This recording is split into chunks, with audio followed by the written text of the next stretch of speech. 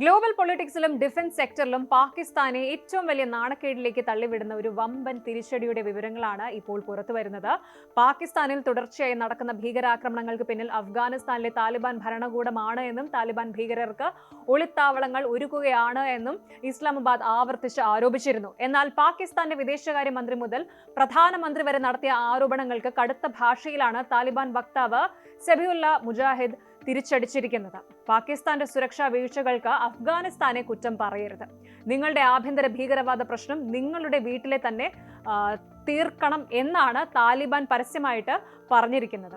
ഒരു കാലത്ത് പാകിസ്ഥാൻ താലോലിച്ച് വളർത്തിയ താലിബാനാണ് ഇന്ന് പാകിസ്ഥാന്റെ ആഗോള നിലപാടുകളെ പാടെ നിഷേധിച്ച് മുഖത്തടിക്കുന്ന അവസ്ഥയിലേക്ക് എത്തിച്ചിരിക്കുന്നത്.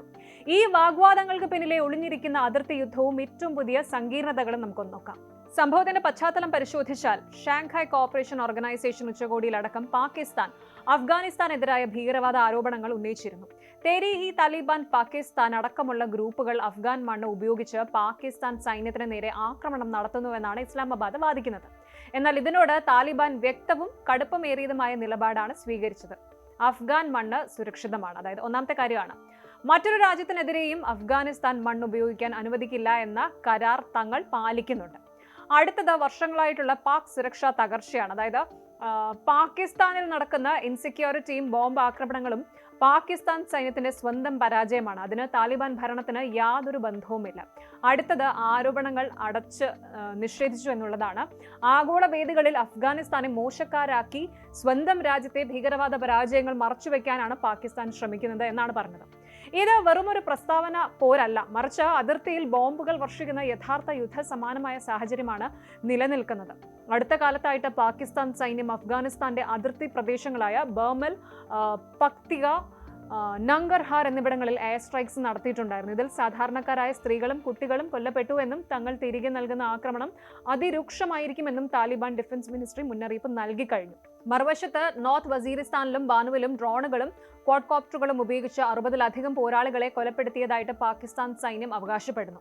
താലിബാനും പാക് സൈന്യവും തമ്മിലുള്ള ഈ ഏറ്റുമുട്ടലിനെ ചില രാജ്യാന്തര മാധ്യമങ്ങളും CFR റിപ്പോർട്ടുകളും ഓപ്പൺ വാർ അഥവാ പരസ്യമായിട്ടുള്ള യുദ്ധമെന്നാണ് വിശേഷിപ്പിക്കുന്നത്.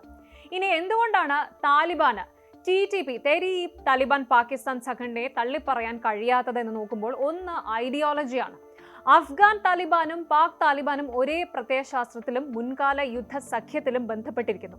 TTPയെ തള്ളിപ്പറഞ്ഞാൽ അവർ ISIS-Kയിലേക്ക് പോകുമോ എന്ന ഭയം താലിബാനുണ്ട്. ഇനി റഷ്യൻ പിന്തുണയ്ക്കായിട്ടുള്ള നീക്കമുണ്ട് ഇവിടെ.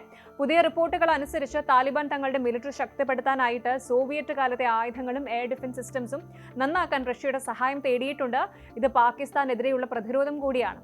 ഇതിനിടെ മറ്റൊരു മാനുഷിക ദുരന്തം കൂടി സംഭവിക്കുന്നുണ്ട്. ഈ സംഘർഷം ശക്തമായതോടെ പാകിസ്ഥാനിൽ വർഷങ്ങളായിട്ട് ജീവിക്കുന്ന ലക്ഷക്കണക്കിന് അഫ്ഗാൻ അഭയാർത്ഥികളെ നിർബന്ധിച്ച് തിരിച്ചയക്കുകയാണ് ഇസ്ലാമാബാദ്. ഇത് രണ്ട് രാജ്യങ്ങളും തമ്മിലുള്ള വ്യാപാര ബന്ധങ്ങളെയും ട്രാൻസിറ്റ് റൂട്ടുകളെയും പൂർണ്ണമായി തകർത്തിരിക്കുകയാണ്. പാകിസ്ഥാൻ അതിർത്തികൾ അടയ്ക്കുന്നതോടെ പട്ടിണിയിലാകുന്നത് ഇരുവശത്തുമുള്ള വ്യാപാരികളും സാധാരണക്കാരുമാണ്. ചുരുക്കത്തിൽ മുൻപ് തങ്ങളുടെ തന്ത്രപരമായ ആഴത്തിന് ഒരു സ്ട്രാറ്റജിക് ഡെപ്തിന് വേണ്ടി അഫ്ഗാനിസ്ഥാനെയും താലിബാനെയും ഉപയോഗിച്ച് പാകിസ്ഥാന് ഇപ്പോൾ സ്വന്തം തന്ത്രങ്ങൾ തന്നെ തിരിച്ചടിയായിട്ട് മാറിയിരിക്കുകയാണ്. സുരക്ഷ സ്വന്തമായി നോക്കൂ എന്ന താലിബാന്റെ ഈ ഒരു കടുത്ത ഉപദേശം പാകിസ്ഥാന്റെ പ്രതിരോധ നയങ്ങളുടെ തകർച്ച തന്നെയാണ് തുറന്നു കാണിക്കുന്നത്.